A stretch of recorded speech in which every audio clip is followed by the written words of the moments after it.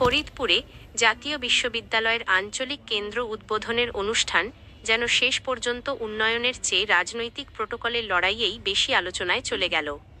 বৃহস্পতিবার সকালে বর্ণাঢ্য আয়োজনের মধ্যেও শুরুতেই তৈরি হয় অস্বস্তিকর পরিস্থিতি।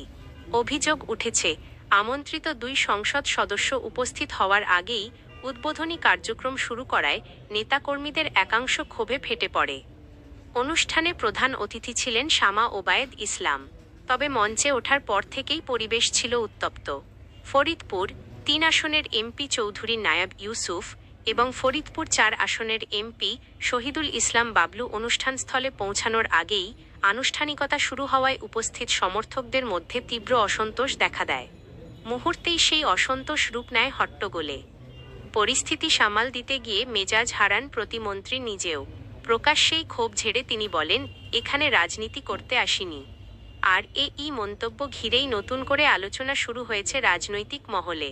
প্রশ্ন উঠেছে, একটি শিক্ষা প্রতিষ্ঠানের উদ্বোধনেও যদি দলীয় প্রভাব ও প্রোটোকল সংকট সামনে চলে আসে, তাহলে সাধারণ মানুষ কি বার্তা পায়?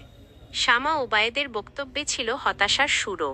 তিনি ইঙ্গিত দেন, ফরিদপুরের রাজনীতিতে দীর্ঘদিন ধরেই বিভক্তি ও ক্ষমতার দ্বন্দ্ব চলছে।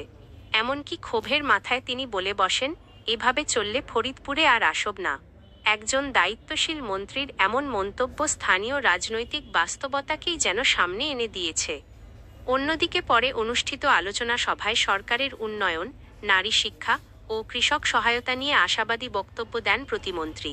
তবে দিন শেষে আলোচনার কেন্দ্রবিন্দু হয়ে থাকে উন্নয়ন নয়, বরং মঞ্চের অস্বস্তি ও রাজনৈতিক টানাপোড়েন। স্থানীয়দের অনেকে বলছেন, শিক্ষা ও জনকল্যাণের অনুষ্ঠানগুলো এখন ধীরে ধীরে রাজনৈতিক শক্তি প্রদর্শনের মঞ্চে পরিণত হচ্ছে।